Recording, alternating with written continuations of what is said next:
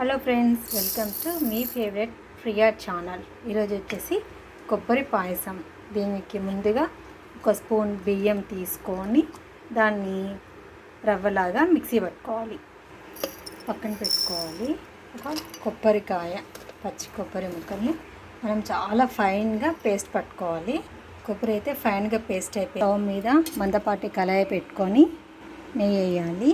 నెయ్యి కరుగుతుండగా మనం కోర్సుగా పట్టుకున్న బియ్యం వేయాలి. ఇది గోల్డెన్ బ్రౌన్ కలర్ వచ్చే వరకు మంచిగా నేతిలో ఫ్రై చేసుకోవాలి. బాదం, జీడిపప్పు కూడా వేసుకుని ఫ్రై చేసుకోవాలి. చేసుకున్న కొబ్బరి మొత్తం వేసేసుకోవాలి.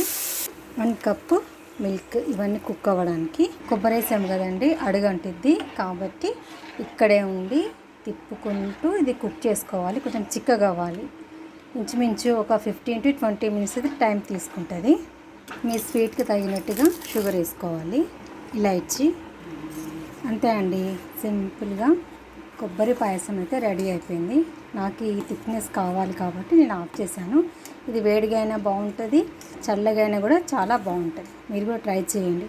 ఎప్పుడు కొబ్బరితోటి కొబ్బరి చట్నీ, కొబ్బరి అన్నం కాకుండా కొబ్బరి పాయసం కూడా. Thank you for watching. Have a nice day.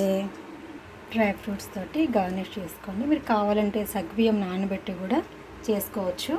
ఈసారి సగ్గుబియ్యమే యాడ్ చేయలేదు కావాలని. బాయ్.